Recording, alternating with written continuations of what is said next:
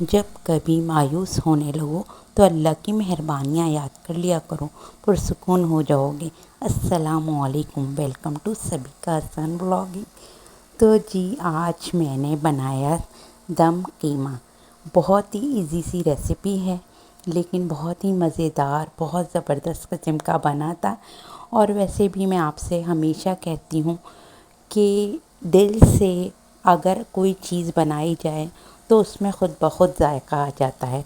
और ये बात आप लोग भी मेरी ज़रूर मानेंगे कि दिल से अगर कोई चीज़ बनाई जाए, कोई भी काम किया जाए, तो उसमें ख़ुद ब खुद जो है आसानियाँ हो जाती हैं और कामयाबी मिलती है। और यही मैं हमेशा करती हूँ अल्हम्दुलिल्लाह। तो मुझे जो है हमेशा तारीफ़ें ही मिलती हैं।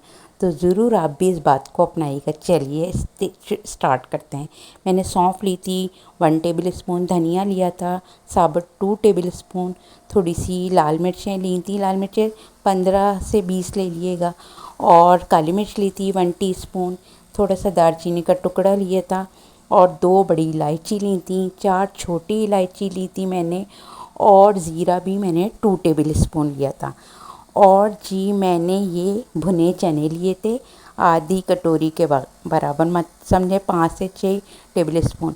और इन सब चीज़ों को मैंने जो है अच्छी तरह से हल्की, बिल्कुल लाइट, बिल्कुल हल्की आंच पे इसको भून लिया था। वरना तो लोग कच्चा भी इसे पीस लेते हैं, लेकिन हमेशा याद रखें इसका जायका, मेरे कहने पे अमल कीजिएगा, इसका जायका जो है ना और ज़्यादा ना दुबाला हो जाता है अगर आप इसे जो है थोड़ा सा हल्का सा बिल्कुल भून लें। बहुत ज़्यादा भूनना भी नहीं है और हल्का सा इसे भून लें और फिर इसे भून के इसे पीस लें। इसे जो है बहुत बारीक नहीं करना, थोड़ा सा दरदरा सा पीसना है।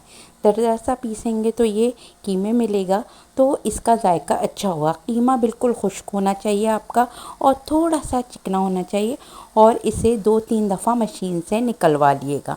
और फिर मैंने लिया था इसमें कच्चा पपीता लिया था मैंने 2 टेबल स्पून। और ऐसे ही लहसुन अदरक 2 से 3 टेबल स्पून ले लिया था मैंने, वो इसमें मिला दिया था। और ये सब चीज़ें, और फिर मैंने ये मसाला जो मैंने बनाया था, भुना था, वो डाल दिया था। सब चीज़ों को पूरी तरह से साफ़ किया करें कटोरियों को, इससे आपके रिस्क में इजाफ़ा होता है। और दही डाला था मैंने 1 कटोरी। और नमक लिया था हस्बे जायका ले लिए, हल्दी 1 टीस्पून। और लाल मिर्च अपने जायके के मुताबिक ले लीजिएगा, लेकिन मैंने ली थी 2 से 3 टीस्पून। अब आप देख लीजिएगा। और मैंने प्याज ली थी, प्याज मैंने 4 से 5 ली थी जो फ्राई कर ली थी। और इसको खूब अच्छी तरह मिला लिया था। हाथ हमेशा पहले धोइएगा, फिर जो है किसी खाने की चीज़ में डालिएगा, वरना आपके खाने में, आपके लिए जरासीम में इजाफ़ा हो जाएगा। इसलिए हाथों को हमेशा धोइएगा। और वैसे हमारा इस्लाम भी यही कहता है, हाथ धो के हर काम करना चाहिए। तो आप लोग भी ज़रूर हाथ धो के कीजिएगा। और इसमें थोड़ा मैंने पुदीना डाला था, पुदीने का जायका इसमें बहुत ही उम्दा आता है, आप ज़रूर डाल के देखिएगा। और ये पुदीना भी मिला दिया था इसे। और फिर मैंने इसे जो है ओवरनाइट रख दिया था। आप 5 से 6 घंटे के लिए रख दें, लेकिन मैंने इसे ओवरनाइट रखा था और इसे खूब अच्छी तरह से जो है मैरिनेट कर लिया था। फिर मैंने तेल लिया था, तेल मैंने 2 से 3 टेबल स्पून लिया था। और फिर मैंने ये कीमा इस तेल में डाल दिया था और इसकी खूब मज़ेदार सी भुनाई की थी। और इसमें मैंने बिल्कुल भी पानी नहीं डाला था।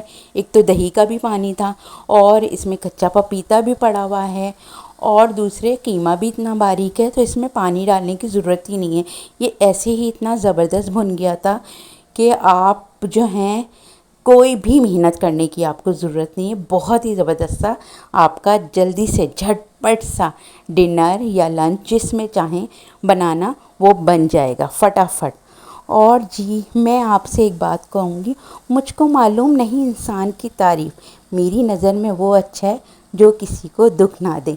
तो हमेशा याद रखें, अगर हम किसी को खुशी नहीं दे सकते ना, तो हम किसी को तकलीफ़ भी ना दें, क्योंकि हम तकलीफ़ देने के भी किसी को मुस्तहिक नहीं हैं। तो इसलिए हमेशा जो है लोगों को जो है नेकियां करें, लोगों के साथ, लोगों को खुशियां दें। अगर खुशी नहीं भी दे सकते हैं ना, तो आप इसको तकलीफ़ ना दें। ये देखिए इसमें ऑयल ऊपर आ गया था, फिर मैंने इसे डिश आउट कर लिया था और बहुत ही यमी यमी सा जो है हमारा दम कीमा तैयार हो गया था। आप लोग मुझे ज़रूर बताइएगा कि आप लोगों को मेरी ये रेसिपी कैसी लगी, क्योंकि बहुत सिंपल सी रेसिपी है लेकिन दिल से बनी हुई है आप लोगों के लिए, क्योंकि मैं अपनी यूट्यूब फैमिली को हर चीज़ शेयर करना चाहती हूँ। और मुझे मेरे चैनल को सब्सक्राइब भी कीजिएगा और लाइक भी कर दिएगा और शेयर तो ज़रूर कीजिएगा अपनी फैमिली फ्रेंड्स में। और अपना बहुत ज़्यादा ख्याल रखिएगा, मुझे भी दुआओं में याद रखिएगा और हमेशा याद रखिएगा, अगर हम पॉजिटिव थिंकिंग रखेंगे, पॉजिटिव किसी के साथ करेंगे तो कभी भी हमारे साथ बुरा नहीं हो सकता। ये हमेशा याद रखें, क्योंकि अल्लाह ताला जो है बहुत मेहरबान है। अल्लाह ताला तो हमारी हर चीज़ को माफ़ फरमा देता है। तो अगर हम सबसे पॉजिटिव रहें तो इसमें कोई बुराई तो नहीं है ना। तो पॉजिटिविटी को फैलाएं, नेगेटिविटी से दूर रहिए। मैं आपसे इजाज़त लेती हूँ। अल्लाह हाफ़िज़।